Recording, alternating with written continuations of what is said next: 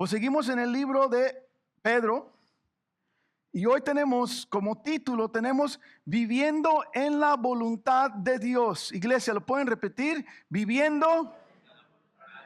Así es.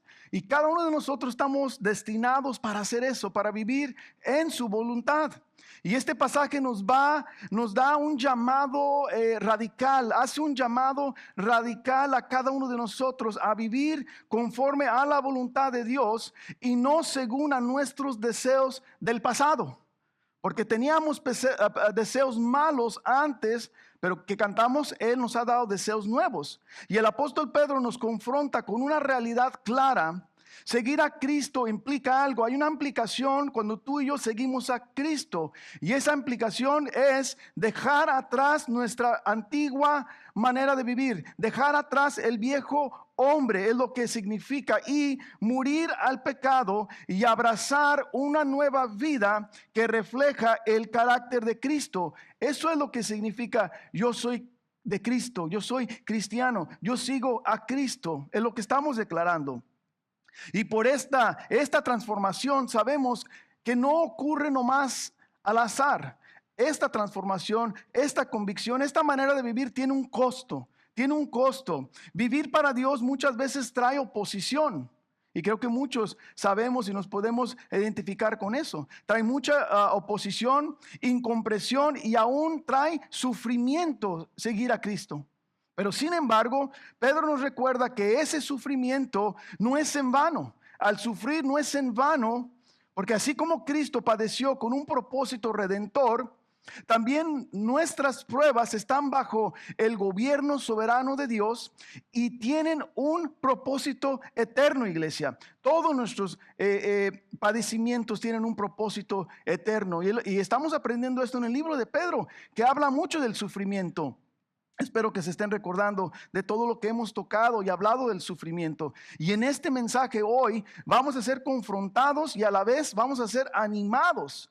¿Por qué? Porque nos confronta, porque nos llama a vivir diferente. Nos llama a vivir una vida diferente, una vida santa, apartada del pecado. Eso es lo que nos llama y somos confrontados en eso. Pero a la misma vez, este pasaje nos anima. ¿Por qué? Porque nos recuerda que en Cristo hay esperanza, redención y hay victoria aún en medio del rechazo del mundo, iglesia. Y por eso somos animados por Pedro en esta mañana. Y hoy veremos que vivir como Dios manda requiere una decisión consciente. Entonces, vivir como Dios manda no es algo verbal. No simplemente son palabras vacías, como muchos de nosotros estamos acostumbrados, sino es una conciencia, es algo consciente de ¿qué?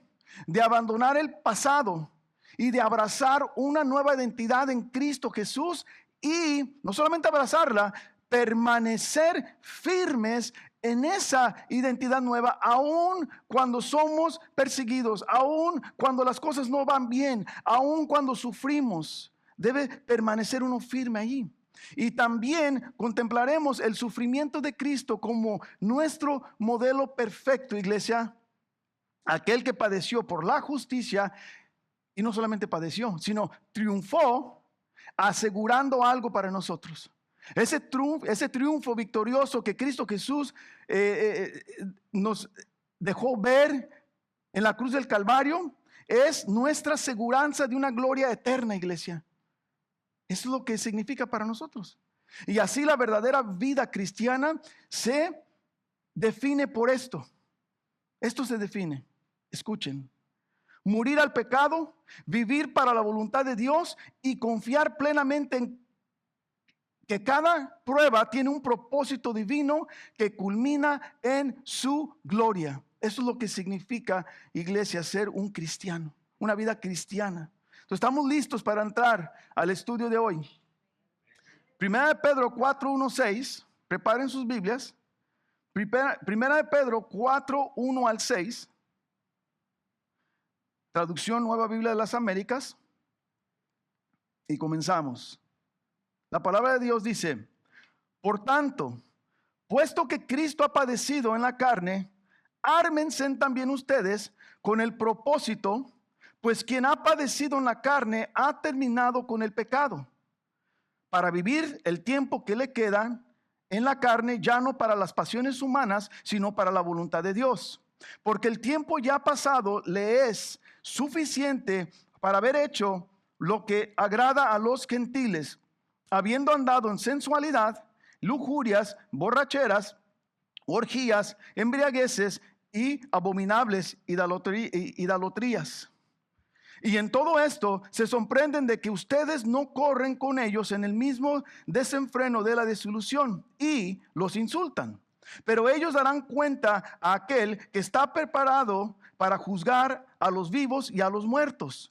Porque con este fin fue predicado el evangelio aún a los muertos, para que aunque sean juzgados en la carne como hombres, vivan en el espíritu conforme a la voluntad de Dios. Iglesia, hoy quiero, Dios me lo permite, exponer 3 puntos. Punto número 1, versículo de 1 al 3. Cristo pone fin al poder del pecado.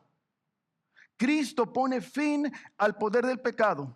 Punto número 2, ser de buen testimonio, versículos 4 al 5. Ser de buen testimonio, versículos 4 al 5.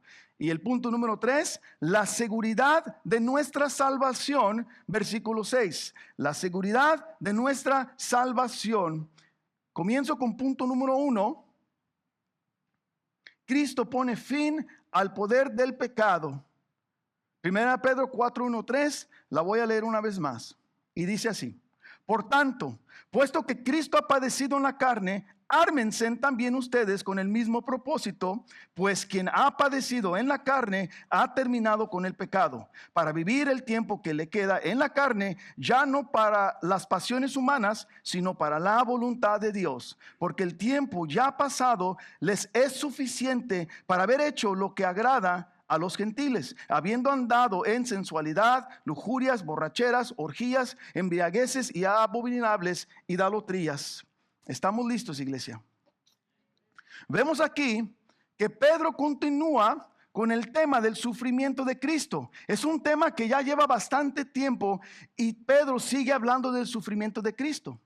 Pero ahora nos va a dar el gran propósito del dicho sufrimiento, porque hay un propósito. No nomás sufre por sufrir, no nomás sufrió por el sufrimiento, sino hubo y hay un propósito para cumplir. Y un punto importante es que la muerte vicaria de Cristo puso fin al poder de pecado. Es lo que nos dice Pedro, ¿sí o no, iglesia? Nos dice que puso fin al poder de pecado. Eso es un cumplimiento que Cristo Jesús hizo, que le puso fin al poder del pecado en tu vida y en mi vida. Y otro punto importante es que Pedro nos manda a cada uno de nosotros ¿a qué? Que nos examinemos al pie de las Escrituras. Tú y yo debemos ir al espejo. O sea que en este momento no es momento que examines a tu vecino, a tu vecina, a tu esposo, a tu esposa, al que está a tu lado. No. Hoy es momento que tú, iglesia, te examines al lente de la Biblia. Tu propia vida. No es momento que ahorita tengas en la mente la hermana que te hizo enojar, o el hermano que te hizo enojar, o la persona que te trató mal en la tienda. Olvídate de eso. Hoy tienes que tener en mente tu corazón. Examinarlo. ¿Cómo está mi corazón? Y luego te encargas de examinar los demás. Pero por ahorita, Pedro nos llama a examinar nuestra vida a la luz del sufrimiento de Cristo. Es lo que nos dice Pedro. Y como Cristo sufrió en carne, o sea, aquí en la tierra, Pedro quiero que entiendamos que también nosotros debemos ver ese ejemplo glorioso y estar listos para cualquier sufrimiento que venga a nuestra vida. Es lo que Pedro nos está diciendo. Y me encanta lo que dice Pedro aquí. Pedro usa una palabra que dice ármense. Y esta palabra cambia todo el contexto. La palabra ármense, en esta palabra es en un sentido militar. Militar. La palabra en griego es apolizo. Apolizo. Con su contexto dice estar preparados con el correcto armamento para poder llegar a cumplir una tarea. Por eso Pedro dice ármense. ¿Por qué? Porque tú y yo tenemos un propósito y tenemos que cumplir una tarea. Un comentarista lo dice, con la misma determinación y cuidado con que un soldado se coloca su armadura, los cristianos deben adoptar la misma actitud. O sea, tú tienes que estar preparado con la armadura puesta para poder llevar a cabo una tarea que es encomendada a los hijos y a las hijas de Dios. Y este versículo nos exhorta a que nos armemos con la misma mente. Ese es tu armamento. Nos exhorta que nos armemos con la misma mente y la misma actitud que Cristo tuvo con respecto al sufrimiento. Ese es tu armamento. La mente de Cristo y la actitud de Cristo.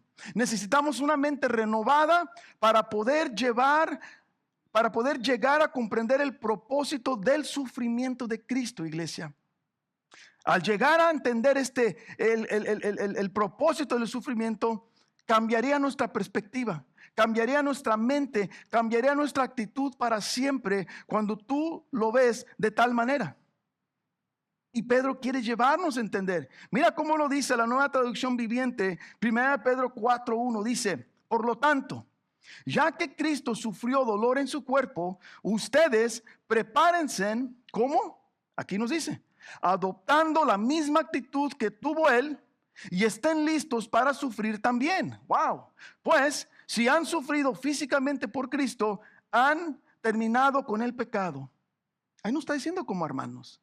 Entonces, iglesia, estamos siendo llamados hoy, en esta mañana, a abandonar una vida de pecado, abandonar una vida pecaminosa. A que ya no deseamos el pecado, lo que está diciendo Pedro. Ya no lo debes desear. ¿Por qué? Porque el pueblo ya no debería tener poder. ¿Sí? El pecado ya no debería tener poder en tus vidas. ¿Por qué? Porque Cristo murió y Él le puso fin al poder, ¿correcto? Si somos cristianos, Pedro dice, ya no debes tener ese deseo. Ya no debe morar el deseo del pecado en ti. Ya no debes tener ese apetito. Ya no debes tener esa sed. ¿Por qué? Porque si eres cristiano, ya tienes un espíritu nuevo en ti. Es lo que nos está diciendo. Y el deseo del Padre es que cada creyente esté listo. Que estemos armados ¿para qué? Para enfrentar todo sufrimiento y a la misma vez vivir en santidad. Es lo que Pedro nos está diciendo hoy, iglesia. El sufrimiento no es una excusa para que regresemos al camino de las tinieblas. Y mucha gente hemos visto, iglesia, que han abandonado el camino correcto por las pruebas. Se regresan. Y Pedro dice que tenemos que estar preparados. Ahora, ¿qué es la preparación? ¿Cómo debemos estar armados? Fácil. Dice que necesitamos adoptar la mente y la actitud de Cristo. Ese es tu armamento. Ahora, con ese armamento, ¿cómo debemos actuar? ¿Qué debe cambiar? Bueno, como cristianos, vamos pisando las huellas de Cristo, por lo cual no estamos excluidos del sufrimiento, ¿correcto? Nadie está excluido del sufrimiento. Todo cristiano es llamado ¿a qué? A imitar a Cristo, ¿correcto? Y iglesia, quiero que entiendan algo. No se trata solamente a imitar a Cristo en las buenas obras o en el servicio, porque muchos somos buenos para eso. Pero nuestra imitación es limitada, porque no pasa de ahí. Y Pedro dice que también tenemos que imitarlo en medio del sufrimiento, en medio de la tormenta. Tenemos que imitar a Cristo Jesús también. O sea, que no nomás en las buenas lo imitas, sino también en las malas. El carácter de Cristo se tiene que ver en ti y en mí. Y muchos quieren seguir a Cristo en las obras, en los milagros, aún en el servicio. Pocos quieren imitar a Cristo en el sufrimiento. Nadie lo quiere hacer. Pero ¿cuántas obras ves? Personas queriendo hacer milagros, personas querer profetizar, personas quieren hacer infinito de cosas, pero no quieren sufrir. Te dicen que el cristiano no está hecho para sufrir. El cristiano está hecho para ser como David y vencer el Goliat y ser victorioso y tener negocios y tener dinero y estar demostrándole al mundo que no estamos pobres y que eso es el cristiano falso que hoy las iglesias te dan, te presentan. Es la palabra.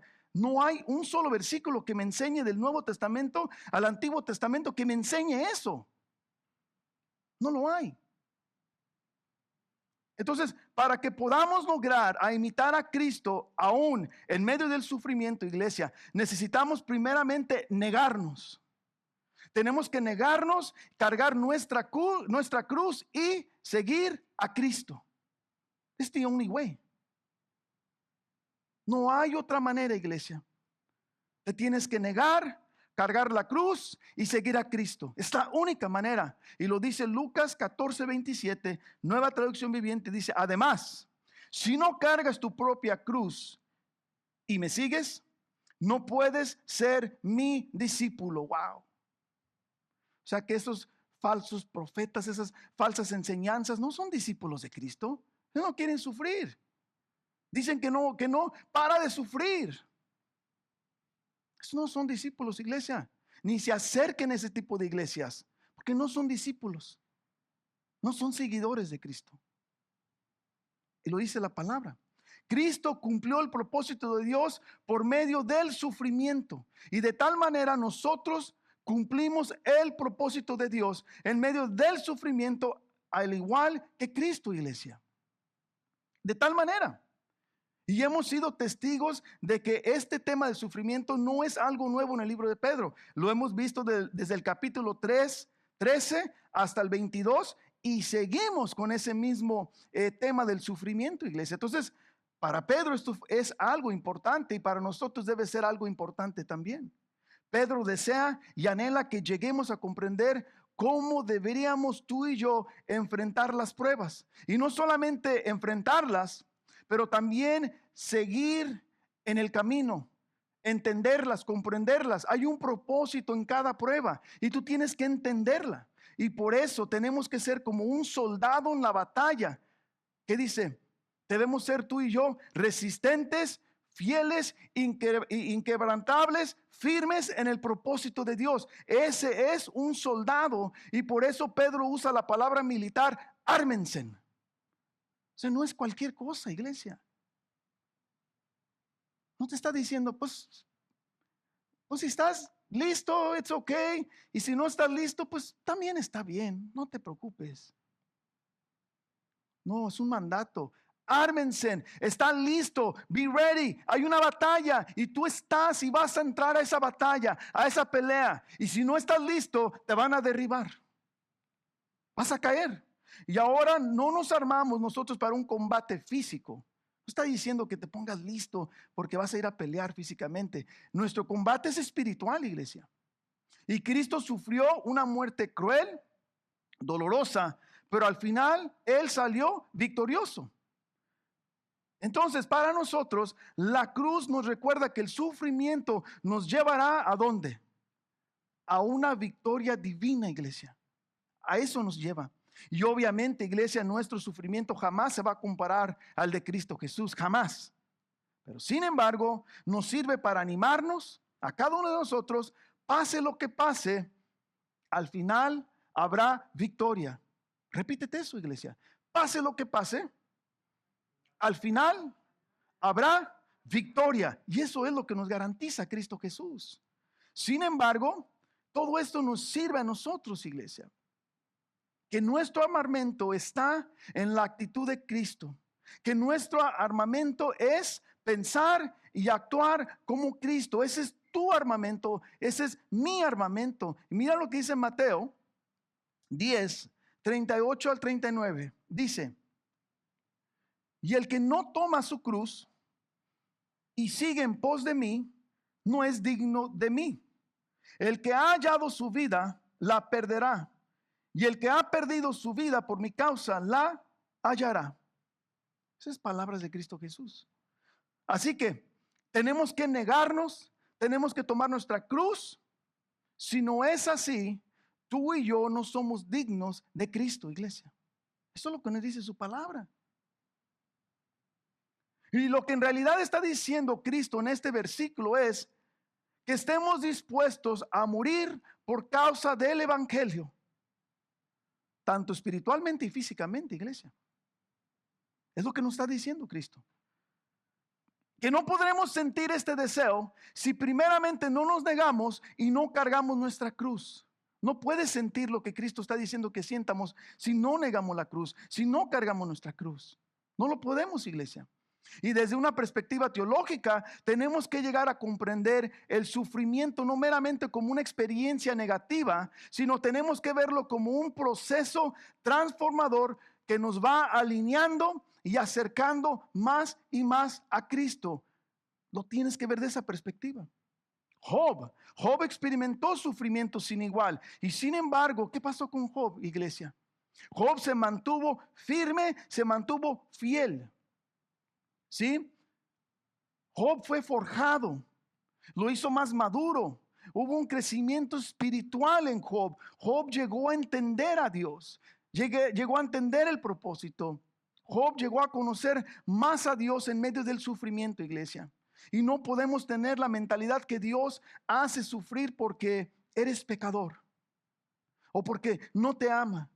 Porque nuestro cerebro nos lleva luego allí vemos un hermano, hermana en sufrimiento, enfermos o algo. Eso te pasa por pecador. Si todo el mundo se enfermara por pecado, todos estuviéramos enfermos aquí, la verdad. Desde aquí para allá no estamos excluidos. Así que cuidado con lo que sale de nuestra boca, iglesia.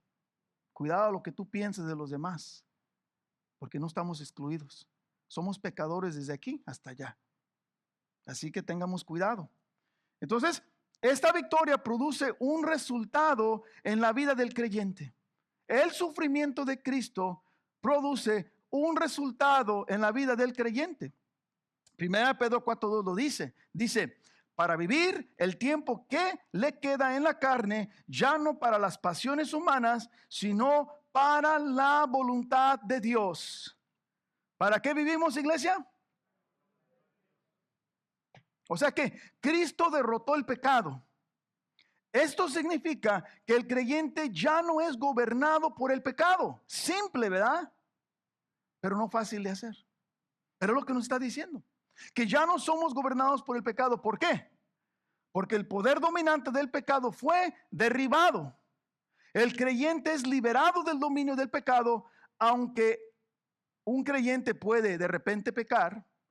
Pero el pecado no gobierna la vida del creyente. Es muy diferente, iglesia. ¿Por qué? Porque no tiene poder sobre su vida. No somos perfectos todavía, pero llegaremos a ser perfectos. Ahora, mira lo que dice Salmos 38:18. Dice, confieso pues mi iniquidad, afligido estoy a causa de mi pecado. Uno cae, de repente caemos. Y el salmista se aflige, ¿por qué? Por el pecado que a veces cometió. O sea que no me da gozo el pecado. Dice, me aflijo. Ahora, quiero aclarar algo. El creyente no vive en pecado. No vive en pecado. No es gobernado por el pecado. El creyente no desea pecar. Pero cuando pecas, te sientes destruido. Sientes un gran peso en tu alma, sientes aflicción, no te puedes ver en el espejo, te da asco tu vida. Y no sigo mi vida normal como los del mundo. Dios es amor, it's okay. Es lo que te predican hoy. Dios te acepta como eres, it's okay. Sí me acepta como soy, pero no me deja como soy. Es una gran diferencia. Dios no incita al pecado. Dios odia al pecado. Y por eso nos da el Espíritu. ¿Para qué? Para que nosotros seamos diferentes, iglesia. Dios, por medio del sufrimiento de Cristo, decidió ponerle fin al poder del pecado. En consecuencia, el creyente debe vivir una vida distinta al mundo. Iglesia, no vivimos como el mundo. Vivir una vida que refleja a Cristo, iglesia. Ese es tu llamado. Ese es mi llamado. Ya no vivimos conforme a los deseos, dice Pedro. Ya no vivimos conforme a los deseos de nuestra carne, sino deseos nuevos que produjo o produce la salvación. God does not leave you the same. If you are saved, you have a new heart, you have a new mind, and you have a new spirit. Therefore, you have a new life. There is no gray area. Dios nos cambia, iglesia. Ya no vivimos conforme el pecado, porque nuestra naturaleza fue totalmente cambiada. ¿En quién? En Cristo. En Cristo. Dice Pedro que recibimos una simiente nueva, una nueva incorruptible. El pecado ya no te puede corrompir. Si eres cristiano, si eres renacido, el pecado ya no tiene poder sobre tu vida. O no debería tener poder sobre tu vida. Pedro nos dice que ya ha pasado mucho tiempo, dice Pedro. Dice, ya ha pasado mucho tiempo. Dice, ya sea mucho o poco tiempo que te quede en este mundo, dice, úsalo para la voluntad de Dios, nos está diciendo Pedro. Es lo que nos está diciendo. O sea que la vida que nos queda en este mundo es ¿para qué? ¿Es para cumplir los deseos de nuestra carne? No. Dice, el poco o mucho tiempo que te queda aquí en este mundo, ya úsalo para glorificar a Dios. ¿Por qué? Porque al obtener la vida nueva en Cristo, el hombre viejo murió. He's gone. Hay una implicación. La implicación es que el creyente debe renunciar totalmente a su voluntad carnal y vivir para la voluntad de Dios, iglesia. Eso es lo que implica hoy. Eso es lo que nos está diciendo Pedro en este versículo, iglesia. Cuando hacemos esto, nuestra manera de vivir es impactada positivamente, iglesia. ¿Por qué? Porque cuando renunciamos al pecado, el pecado ya no gobierna nuestra vida. El pecado ya no tiene poder en nuestra vida. Y esto es lo que marca la diferencia entre un incrédulo y un creyente, iglesia. No hay un área gris, no hay que, es que de repente pues se me hizo fácil actuar como ellos. Es que de repente pues me invitaron a este lugar y pues no, iglesia. Un cristiano es firme, no porque no voy contigo a este lugar, porque no me agrada, porque no me edifica, porque no me bendice. I'm sorry, eres mi amigo, eres mi amiga, eres mi familia, eres lo que eres. I love you, pero no voy para allá. Ve, regresa y aquí te espero. Es lo que somos. No nos dejamos contaminar. No vamos con ellos en el mismo camino, iglesia. Somos creados, hechura nueva, para cumplir la voluntad de Dios. La palabra voluntad en griego significa esto. Si no sabes qué significa voluntad, aquí está. Y esto es lo que es definida así. Es una actitud de mente, escucha, una actitud de mente, especialmente una que favorece una alternativa sobre otra. O sea, que la voluntad de Dios debe ser por encima de las demás. La voluntad de Dios debe ser tu prioridad. La voluntad de Dios debe ser más importante que la voluntad de tu papá, de tu mamá, de tu abuelo, de tu abuela, de tu novio, de tu novia, de tu esposo, de tu esposa. La voluntad de Dios es superior a cualquier voluntad. Eso es lo que significa hacer la voluntad de Dios. It's above anything.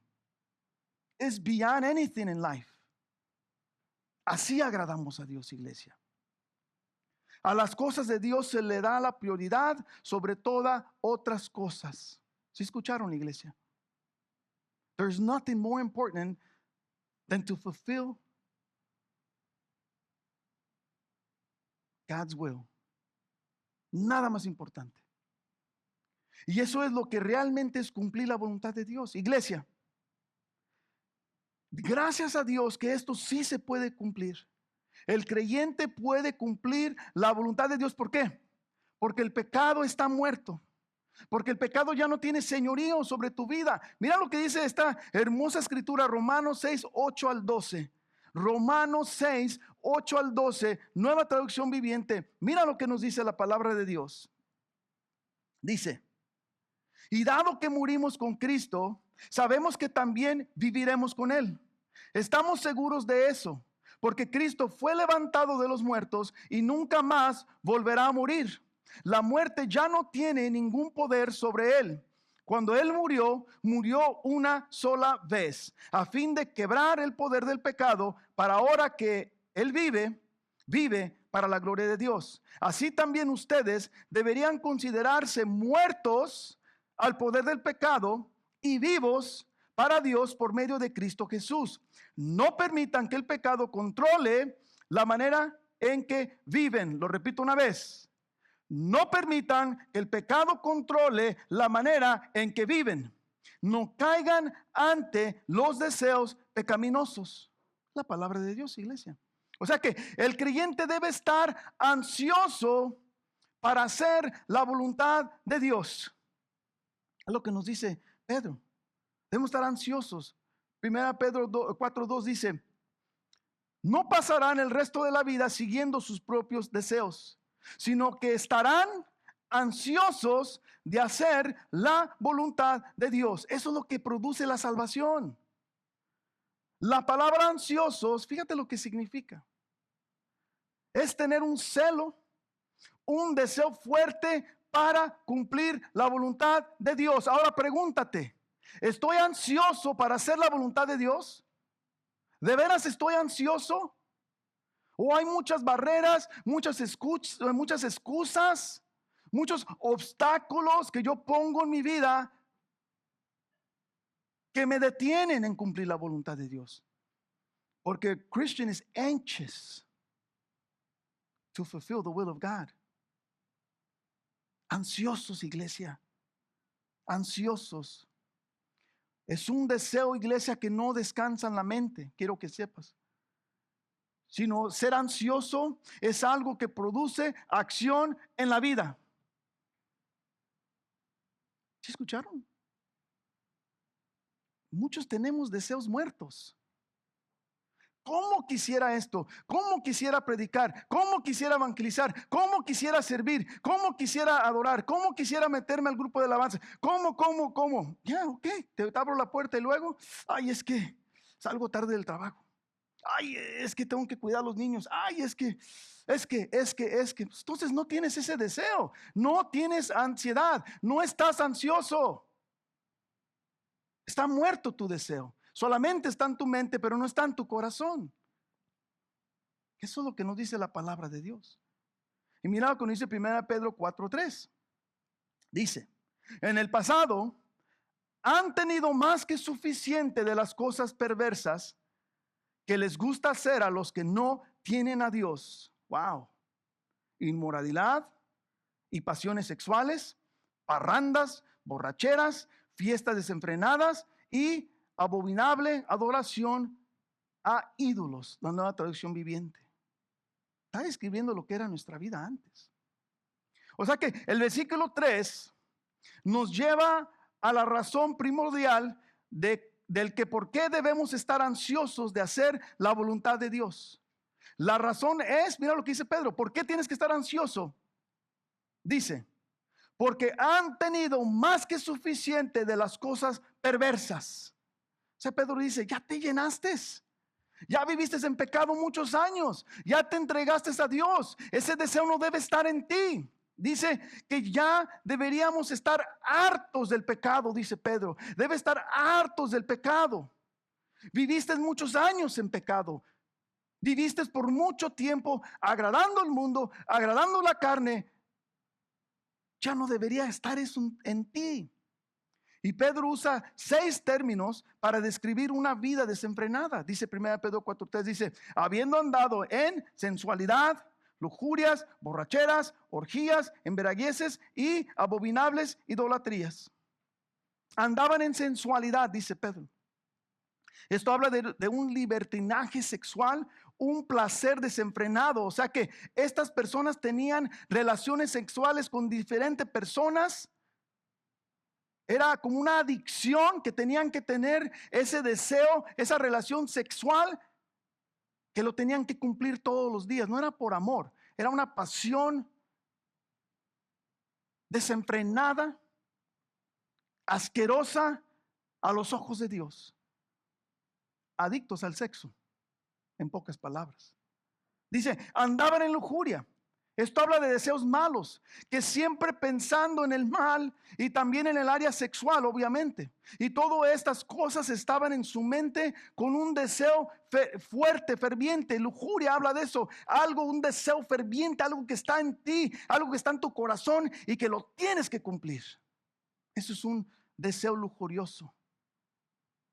Dice: andaban en borracheras. El consumo excesivo del alcohol, que rebosaban en alcohol, que olían al alcohol, los podías oler de aquí a media cuadra, que ya el tufo, su aliento, su cuerpo respiraba alcohol, una intoxicación habitual, ¿sí? Que todos los días intoxicados, borrachos, tomando. Esa era la vida de antes. Y dice, andaban en orgías. La palabra es komos, no la palabra como la conocemos hoy en día, la palabra komos, que en el griego esta palabra nos lleva al significado de parrandas, es lo que significa aquí orgías, parrandas. Pero fíjate las parrandas cómo eran. Estas parrandas eran fiestas desenfrenadas o un desenfreno colectivo, parrandas o celebraciones excesivas. Fíjate, procesiones nocturnas o acompañadas de borracheras, música y conducta inmoral. O sea, andaban en la calle, borrachos, una conducta inmoral con música, o sea, un desenfreno, un ambiente donde el pecado se celebraba públicamente. En la cultura greco-romana, un komos era comúnmente una fiesta callejonera, una fiesta de callejón, callejera, después de un banquete. O sea, primero a la celebración, después ellos se iban a la calle a celebrar, donde las personas muchas veces ebrias recorrían las calles entregándose al exceso del alcohol, a la inmoralidad y al libertinaje, iglesia. Y el único propósito de estas fiestas era reunirse para emborracharse, ya sea que estén alegres o tristes, se emborrachaban. Y luego dice que andaban en abominable idolatrías. Ellos, fíjate, la inmoralidad. Ellos dedicaban su borrachera al dios Baco, al dios Baco. Muchos quisieran un Dios así, pero nuestro Dios no es así. Y esto era abominable para Dios. Éxodo 2:3. ¿Por qué? Porque tenían otros dioses. Era tremendo. Y todas esas actitudes que acabamos de ver no es una lista completa, obviamente, está hablando de todo el pecado en sí. Pero son actitudes pecaminosas que se observaban en las personas mundanas, en las personas sin Cristo. Pero los redimidos ya no viven de esta manera, dice Pedro. Ya no vivimos, hemos abandonado este estilo de vida. Al mencionar esto en el versículo, Pedro quiere que tú y yo reconozcamos algo. Pedro quiere que tú y yo reconozcamos que nuestra vida antes estaba mal, que antes de Cristo nuestra vida era puro pecado, y lo disfrutábamos y lo vivíamos y nos regocijábamos en él. Pero Pedro quiere que entiendas tú, quiere que abraces tu nueva identidad, reconociendo tu pasado, no viviendo en él, pero reconociendo, Cristo me sacó de aquí y ahora estoy aquí. Esto nos obliga a abandonar la vieja vida y vivir en nuestra nueva identidad, iglesia. Al abandonar la vida pecaminosa, nuestra vida cambia por completo. Nuestra vida debe cambiar por completo, iglesia. Y por eso Pedro le recuerda lo que eran sus vidas antes de su conversión. Dice, era miserable, tu vida era sin sentido, pero ahora tu vida tiene sentido, tiene propósito. Y esto debe animarnos a nosotros, iglesia, a nunca regresar a nuestra antigua vida. Debe animarnos en eso. Y esto sirve como motivación para que sigamos en el camino correcto a pesar de todo lo que venga a nuestra vida, iglesia. El énfasis central de aquí es que la obra de Cristo no solo perdona el pecado, sino que rompe su dominio sobre nuestras vidas, iglesia. Tenemos que examinar nuestra vida a la luz de la cruz. No la vida de los otros, dimos aquí, sino es nuestra vida a la luz de la cruz. Debemos decidir vivir intencionalmente para la voluntad de Dios y no para nuestros deseos carnales. Desarrollar una mente preparada como soldado, ¿para qué? Para enfrentar el sufrimiento sin retroceder, iglesia. Abandonar completamente las prácticas del pecado. Y tenemos que recordar algo, que el sufrimiento no es excusa para pecar. No es oportunidad para regresarnos a lo que éramos antes.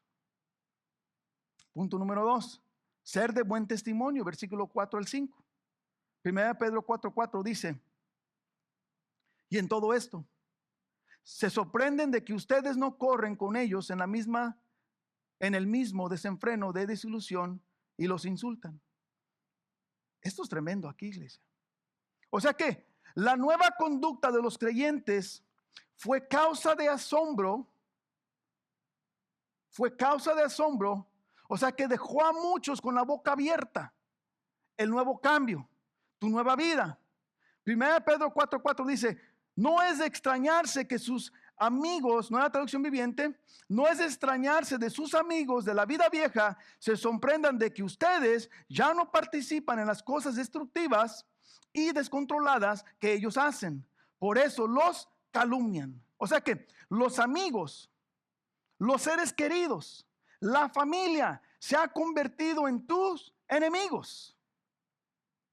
Y yo creo que podemos relacionarnos con esto. Estas personas fueron impactadas emocionalmente. ¿Por qué? Porque tú y yo ya no nos juntamos con ellos, ya no hacemos lo malo con ellos. Esto significa que se sorprendieron, quedaron en asombro. O sea que en vez de felicitarte, en vez de decirte, qué padre que cambiaste tu vida. Wow, qué chido que eres diferente. Wow, antes eras así, ahora eres así. Eres una persona diferente, una persona que me inspiras. No, se sintieron ofendidos y por eso te insultan y no te felicitan. O sea que se volvieron en contra de ti porque ya no eres como ellos. Pero ahora aquellos que dejaron el mal para vivir bien se han convertido en tus enemigos. ¿Sí?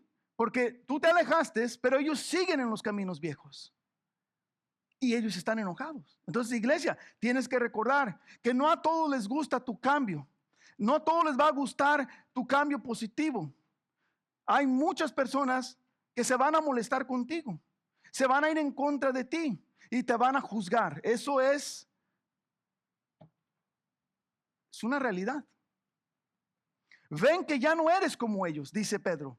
Que ya no sales a las discos, que ya no sales a las parrandas, que ya no hablas como ellos, que ya no te emborrachas como ellos, que ya no eres chismoso como ellos, que ya no vives en pecado como ellos. Critican tu santidad, critican tu buen testimonio y tu buen testimonio ha causado que te insulten, dice Pedro, que te calumnien y todo por dejar la vida pecaminosa. Esto es exactamente lo que sucedió en los tiempos de Pedro y es exactamente lo que va a suceder en ti y en mí, con nuestros familiares, con nuestros amigos, con nuestros seres queridos.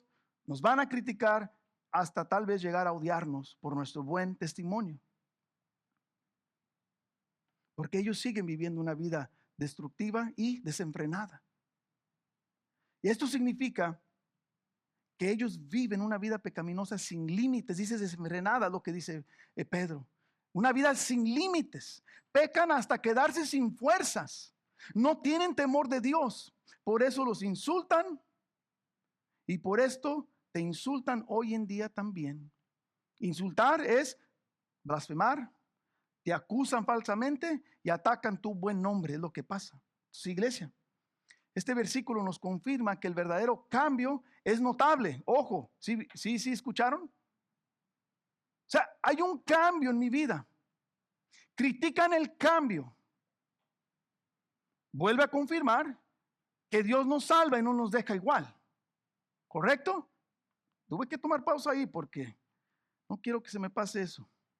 Entonces, es evidente entre tus amigos, entre tus enemigos, entre tus seres queridos. Es evidente, tu nueva vida espiritual demuestra frutos agradables a Dios, no al mundo. And I don't care. Pero mi vida nueva trae frutos agradables a Dios. Hay un cambio, hay una transformación, iglesia. La fidelidad a Dios podría producir rechazo, pero también produce el cumplimiento de su propósito, iglesia. Y recuerda, vivir totalmente diferente al mundo es la evidencia más grande de que tu vida en verdad ha sido transformada, iglesia.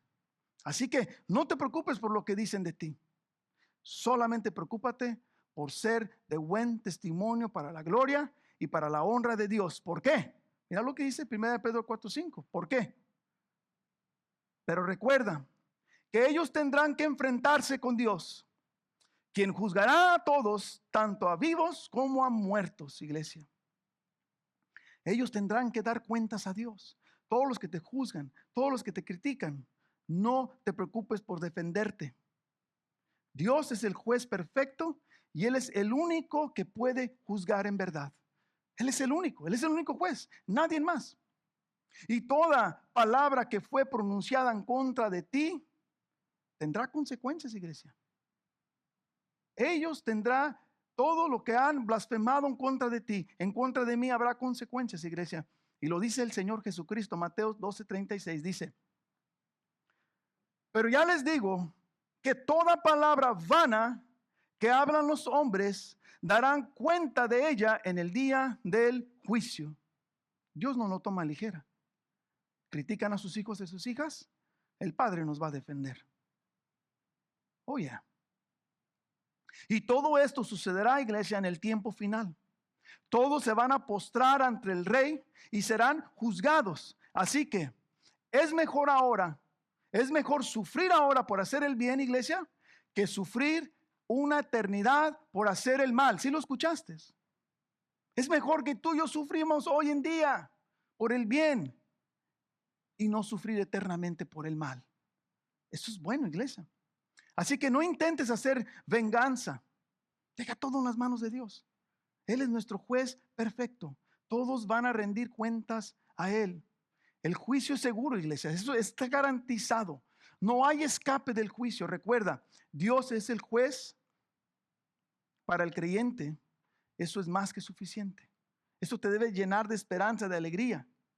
Y recuerda, el cambio genuino en el creyente no pasa despercibido. No pasa, Dios lo ve. Tu santidad incomoda a quienes aman el pecado, sí. Y el rechazo es evidencia de tu transformación real. Así que no te sorprendas, ni te desanimes cuando otros te critican por tu fe. Vive de tal manera que tu vida sea evidencia del poder transformador del Evangelio. Enfócate más en agradar a Dios que en agradar al mundo. Y por último, punto número 3, la seguridad de nuestra salvación, versículo 6. Pedro termina este versículo diciendo: porque con este fin fue predicado el Evangelio aún a los muertos, para que aunque sean juzgados en la carne como hombres, vivan en el Espíritu conforme a la voluntad de Dios. O sea que, en los tiempos de antes, los cristianos tenían ciertas dudas, porque quiero aclarar por qué dice que predicó el Evangelio aún a los muertos, porque somos buenos para decir: pastor, ya ves, sí existe el purgatorio. Hay que entender el contexto. En los tiempos de antes, los cristianos tenían ciertas dudas y preguntas en cuanto a qué va a suceder con sus familias que eran creyentes, pero ya están muertos. Ese es el contexto de aquí.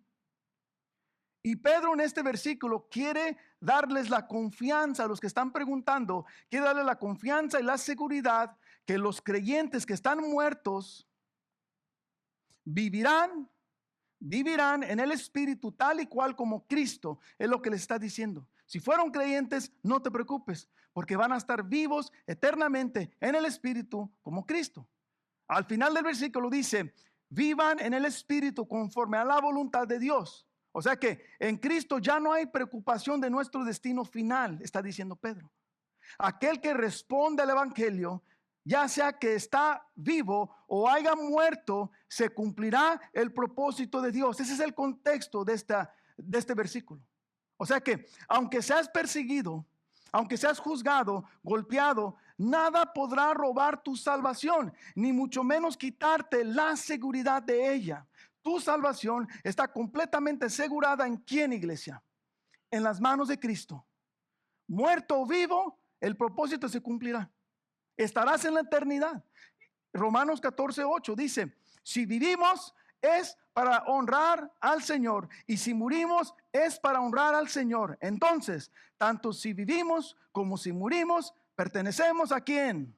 Al Señor. Don't worry about it. Somos de Cristo, iglesia, y le pertenecemos a Él. Los creyentes que ahora están sufriendo injusticias y están muertos, ahora están delante de Dios. Sí, todo el que está muerto hoy y vivió las injusticias y sufrió, está regocijándose ahorita con Dios. Ya no hay sufrimiento, so don't worry about it. No hay derrota en la muerte del creyente, iglesia. Solamente hay victoria. Es lo que nos dice Romanos. Y acuérdate que la muerte no es nuestro destino final. Nuestra muerte no es nuestro destino final en Dios. En Dios seguimos viviendo eternamente. Es lo que va a pasar. Mira lo que dice Juan 11:25. Juan 11:25 dice, Jesús le contestó, yo soy la resurrección y la vida. El que cree en mí, aunque muera, y vivirá. Ese es Cristo. Nadie más. Y por eso, iglesia, vale la pena renunciar al pecado. Vale la pena separarnos del mal. Vale la pena creer en el Evangelio, creer en el poder santificador de Cristo Jesús. Creer que Él y en Él nuestros pecados fueron ¿qué? Fueron perdonados y que Él traerá victoria eterna a todos nosotros. Así que acuérdate, iglesia, el juicio humano es temporal, pero el juicio de Dios es eterno. Wow, es eterno, iglesia. Arrepiéntete. Si hay alguien aquí hoy que Cristo no es tu Señor, yo te invito a que te arrepientas. Que te arrepientas, que creas en la obra redentora de Cristo Jesús, que creas en Él, que te alejes del pecado, que vengas y entregues tu vida, tu cuerpo, tu alma, que respondas al llamado eficaz que Dios ha hecho a través de Cristo Jesús, iglesia. Esto garantiza la victoria eterna en tu vida. Pedro afirma que el Evangelio garantiza que aunque el creyente muera físicamente, vive en el Espíritu. Esa es tu garantía. Esa es mi garantía. Y esto trae seguridad, esperanza y descanso. Porque no me tengo que preocupar a dónde me voy al final. Yo ya sé a dónde me voy al final. Y en realidad mi carrera no termina, mi carrera comienza en Cristo Jesús, iglesia. Tu carrera no termina, tu carrera apenas comienza en Cristo Jesús. Así que vive con confianza. Tu salvación está segura en Cristo. No temas al sufrimiento ni a la muerte. Tu destino está garantizado. Persevera en santidad sabiendo que todo vale la pena. Anima a otros creyentes también con la esperanza de la vida eterna. Evalúa, iglesia. Evalúa si realmente estás viviendo como alguien que pertenece a Cristo. Y con esto concluyo, iglesia. Con esto concluyo. La vida cristiana no es superficial ni es cómoda, lo sabemos. Es una vida radicalmente transformada por Cristo. Y hoy hemos visto que por medio de su sufrimiento de Cristo Jesús, Él rompió el poder del pecado sobre nuestras vidas. Y no somos esclavos de la carne, ahora somos llamados a vivir para la voluntad de Dios. Y esto trae una implicación para nosotros, iglesia. Dejar atrás el pecado, rechazar el pasado y abrazar una vida de santidad. No podemos seguir viviendo como antes, iglesia, porque Cristo ya hizo una obra completa a nosotros. La obra de Cristo no es incompleta, iglesia. No le falta agregarle algo, no falta un paso más. No, ya es completa, iglesia. It is finished, dijo en la cruz. It is finished. ¿En dónde está Cristo Jesús? Sentado a la diestra del Padre. Ya no hay otro sacrificio. Ya no hay nada más que te va a poder cambiar. Ya tienes la semilla dentro de ti. Y finalmente, descansamos en una verdad gloriosa, iglesia. Que nuestra salvación está segura. Que ni el sufrimiento, ni el rechazo, ni siquiera la muerte puede separarnos de la vida que tenemos en Cristo. Para el creyente, la muerte no es el final, iglesia. Es el comienzo de la vida eterna. Es el comienzo de la victoria eterna. Así que, iglesia, vivamos con determinación. Morimos al pecado, vivimos para Dios y perseveramos con esperanza, porque al final todo sufrimiento tiene propósito y toda fidelidad en Cristo termina en gloria, iglesia. Vamos a pararnos, por favor.